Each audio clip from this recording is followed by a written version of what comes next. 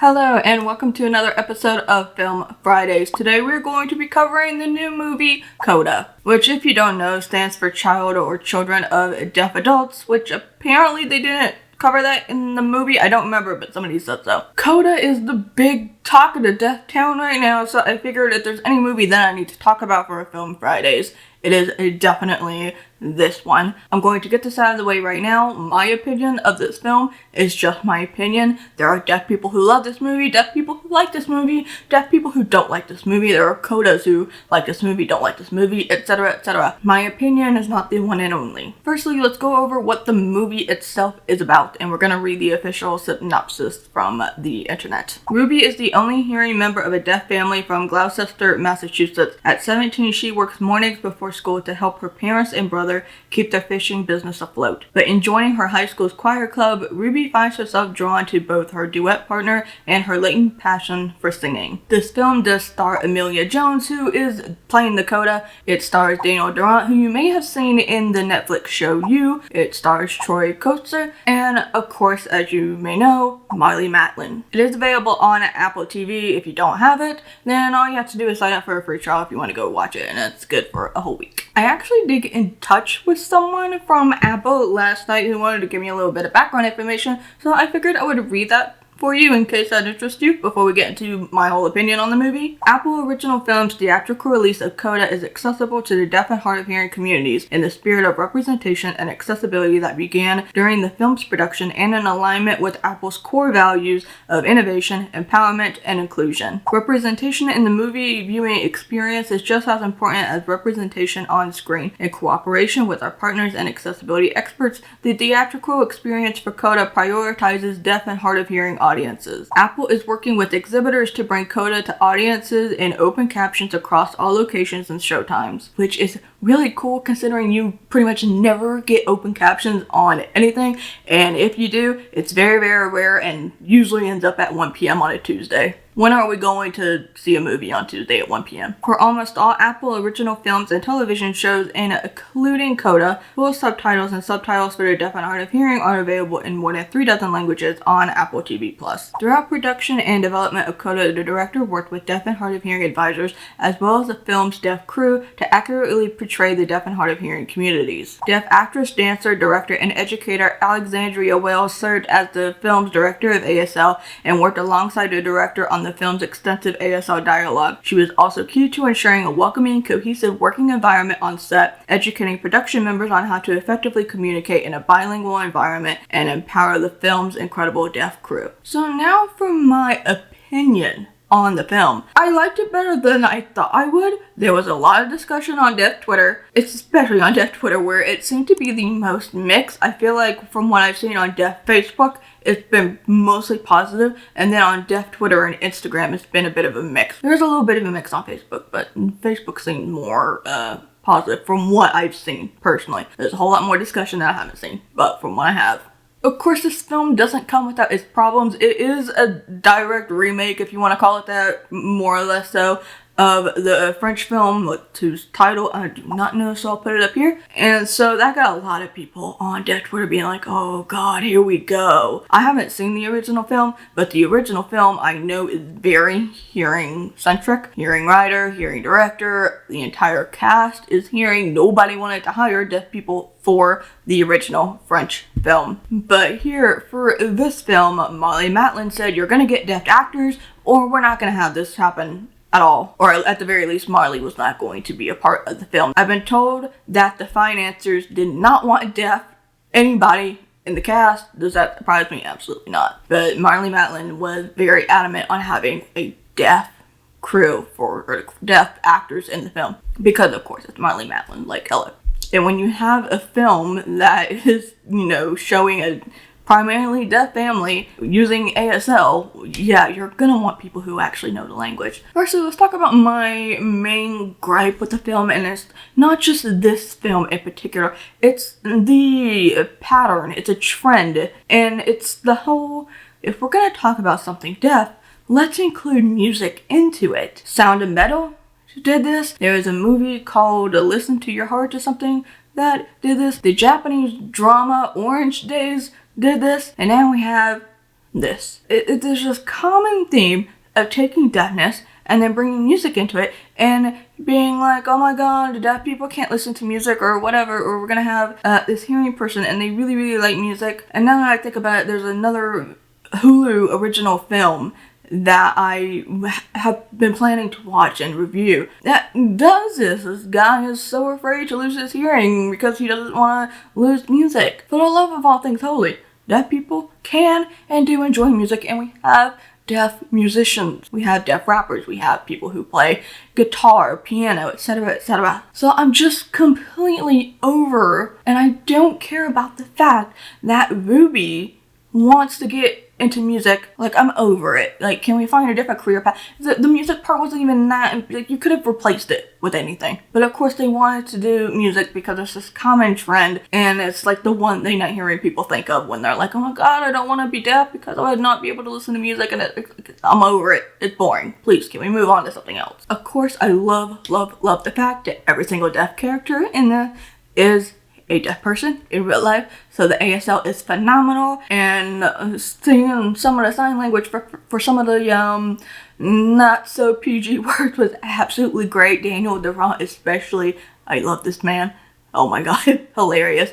So watching Marlee and Daniel and Troy all sign so well, obviously they've been doing it all their lives, right? And then you have Ruby, or Emilia, who is not a Coda in real life, did not know any ASL whatsoever, and yet she's the Coda. She's playing somebody who has supposed to have been signing her whole entire life. And when you watch her, and I mean this in the nicest way possible, when you watch her in the film, I can tell this person isn't a Coda in real life, and it seems so awkward to watch. In some places, I'm like, okay, cool, whatever, but it, like, in this one scene in particular when she's with her teacher, and she's supposed to express herself because she can't seem to sing, and then when the teacher wants her to express how she feels, she can't say it out loud. I don't know if I can't remember if he wanted her to sign it or if she just decided to sign it. She's supposed to be able to express herself a hell of a lot more in ASL because it is her first language. But when I watch it, it doesn't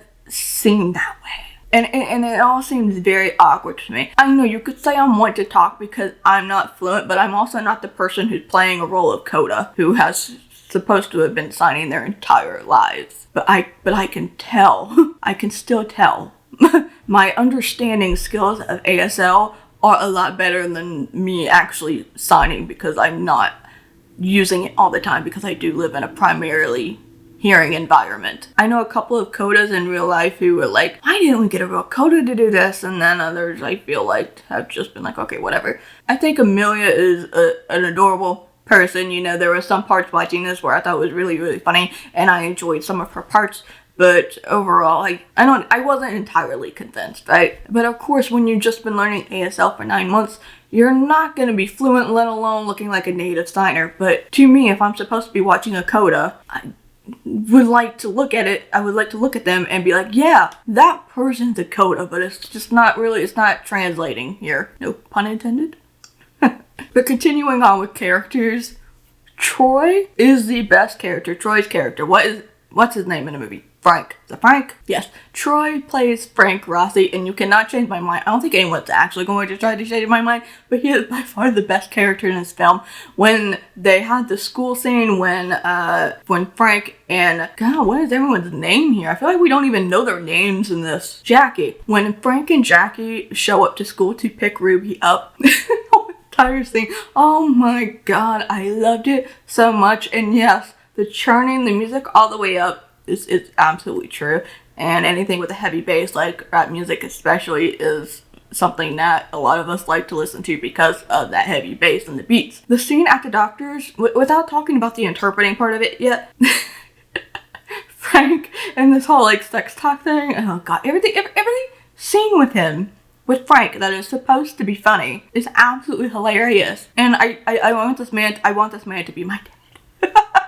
I love him so much. Jackie is funny. She's a great character, but I did find myself, I was watching her, I was just like, okay, she's there, she's fine. But Frank stole this show. And then you have Leo. Okay, so I have a little bit of a crush on Daniel, so I'm a little bit biased here. But Leo, for me, was the smartest character throughout this whole entire thing. He made the most sense, and I'll talk about that in a minute. I love it that this movie was not afraid to show that deaf people are or can be sexual beings. This happens with disabled people in general, but people like to like shy away from the topic of sex and treat it as almost taboo. Like, sex is already a taboo topic. It feels a little bit more like, nobody cares right now. But when it comes to disabled people especially, everybody's like, ooh, what? But here, they're gonna talk about it. They show it. Well, you know, not quite like that, but you know, there's a sex scene in there, and then there's a sex talk after. I absolutely love it. It shows us as normal human beings, and that's what we want to see. There is one scene I felt was extremely exaggerated near the beginning when Frank is cleaning the grill, and it almost seems too aggressive. And this is just me from personal experience, and also when Jackie is setting the table. Now, we can be loud. I've said this. I say that we can't survive a quiet place in real life because we're just loud. But there was something about watching the setting of the table, and it almost seems like I'm gonna have to watch it again and double check. But from my first reaction, I felt like it was almost exaggerated, like practically throwing the plates onto the table and then the utensils and running her hand like this. Nobody knew what I was talking about unless they actually saw the movie, because everybody's like, yeah, you are that loud in real life. But I was like, but you have to see it. It's the visual part that I'm talking about. I was like, that almost seems like a little bit exaggerated. I would feel like we set the table normally and not run our hands like this through the utensils, but I digress.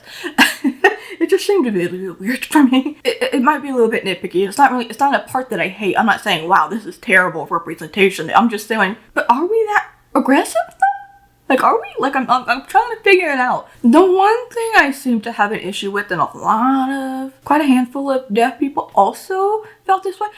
It seemed like a lot of stuff was trying to depict us as, like, babies, like helpless babies, and Leo said this in the film when he was going through his ranty monologue. And that man is something else with his angry laugh. Anyway, but it's just, I don't know. It's like when they're trying to go over the fishing business, and I understand where Ruby is coming from with this, where she feels like she has to do this and that and constantly help them because that's what she's grown up with. Also, keep in mind that they're in an area that is very isolated from everywhere else, which comes into play with this whole interpreter thing. And like every time something happens, she has to feel like she steps in. She has to feel like she has to step in, you know, to figure out this problem. You know, like when she feels like Leo is being ripped off when he's trying to get paid for the fish, and Leo's like, stop doing this, and she's like, well, he's ripping you off, and da-da-da. It's a common theme, and I know a few Codas, and they kind of felt the same, like they had this pressure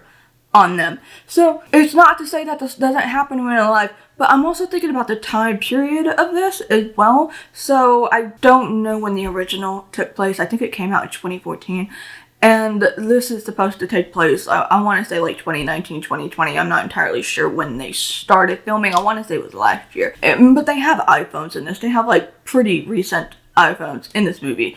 So obviously it's going to be post Americans with Disabilities Act. So I feel like everyone's been a little too passive about the fact that nobody's requesting interpreters at like the doctors and for the news interview and at the court hearing. Again, there's the conversation of they're in a very secluded, is that the word, area. So the interpreters are going to be working far away, so it might be difficult to get them. And also this is a poor family. They can't really afford to hire their own, so they would have their daughter do it because she's Dakota. She's been interpreting for them all their life. So it's not such a simple conversation. But I do wish at the very least there could have been a conversation where somebody was going to fight to get like an actual interpreter. Like, you don't even have to be super aggressive about it. It just would have been like, man, can we get a mention in there so that people know, hey, you know, it's 2021 or 2020 when the movie was being filmed, there should be something better when it comes to accessibility. Because Emilia should not be interpreting for the family constantly. And you see during the news interview that she's distracted by her phone because her teacher is trying to get her to come over for lessons, and it's taking place at the same time. The news interview and the music lessons are taking place at the same time, and she's late, and you know, it's like she's being thrown back and forth, being pulled back and forth. Even though, and here's where I was talking about with Leo says, girl, you need to go. And then she's constantly worried about what's going to happen. You know, she leaves them alone. She doesn't know anything else. And, you know, this is common with teenagers who are graduating from high school. They don't know anything else. That's the point of, like, going to college and things like that. Like, you're supposed to go out into the real world and learn about these new things. But Leo is like, okay, so you have to stop treating us like we're helpless. We can figure it out. All the hearing people over here can learn how to communicate with us. Deaf people know how to communicate with hearing people. We've been doing it all our lives. We've been giving more effort towards the hearing people to try to come up with equal communication than hearing people do with us. Non-signing hearing people anyway, obviously. Like, we're talking about hearing people that don't know ASL and da-da-da. So yeah, you know, it's not simple. You're learning from two different points of view here. You're learning from the point of view of the Coda, who is, well, in this case, the only hearing person. Okay, so she doesn't really have anybody else to relate to, especially because I'm pretty sure she's the only Coda in the entire school, probably in the entire town, because, God, Jackie was talking about how she wanted to go see her friends, but then Ruby was like, you only see them like once a month, so obviously they're all isolated from all other deaf people, right? So you're trying to learn from Ruby's point of view, and then you're also trying to learn from the deaf family's point of view, but I can't help but feel like you don't get a whole lot. You get mostly Ruby. I get, this is where I talk about how, this is where I'm mentioning that the movie is very, very hearing-centric regardless, because there is so much of a focus on Ruby. It's about Ruby, and how she feels, and how she wants to get into music, and da-da-da, and I still wanted more. I wanted to learn more about Frank, about Jackie, about Leo. Again, slight bias, there's slight bias. But it's almost like I kind of want a sequel-ish. So we had the point of view from Ruby, and I want a point of view from Frank, Jackie, and Leo. So does this movie really cover representation? There's a whole lot of talk. I've talked about it, especially, I mean, Film Fridays is really about film and disability. Is there representation? Is there enough representation in Hollywood? For the white deaf masses, you could say so. For deaf black people, deaf disabled people, you know, like deaf people with additional disabilities, you know, like how I have chronic pain and fatigue, you know, things like that. For deaf people of color, for black deaf people, they're not seeing the representation from them in this film. Obviously, it's very clear. And when you see a lot of mainstream Hollywood things that are about deaf people, about deaf characters, it is very white-centric. There's a lot of us. There's a lot of people that look like me in this. And obviously, that needs to be changed. And we need to showcase more from other deaf people, from black deaf people, and other people of color who are deaf. Overall, I like the movie more than I thought I would. Does it come with its issues? Yes. Does it have a lot of great moments in it? I think so. It's a movie that I would definitely want to watch again, and if I had people over and we wanted to watch a movie, I'd be like, hey, let's watch some Coda. Let's add this to the list of movies I think would be cool to watch. Especially, you know, just watch Daniel. This is a Daniel Stan video, okay? That is my opinion on the film Coda. Let me know what your thoughts are down below. Did you like it? Did you hate it? Did you feel like me and there's like, you know, there's things to like and then there's things to be like, ooh, that's, we might want to change that just a tiny little bit about. Again, if you want to see Coda, you haven't seen it yet, check it out on Apple TV Plus. If you don't have the $5, if you're not already part of that whole little community thing, sign up for the free trial. It's good for a week. Or find a friend who already has an account. That's how I watched it. Easy. If you like this video, be sure to subscribe for more. I have a couple of other Film Fridays videos planned. If you would like to support my work outside of watching YouTube videos, I do have a Patreon page. And for a couple of dollars a month, depending on what tier you want to pledge to, you can get exclusive content. Thank you for taking the time out of your day to watch this video, and I will see you later.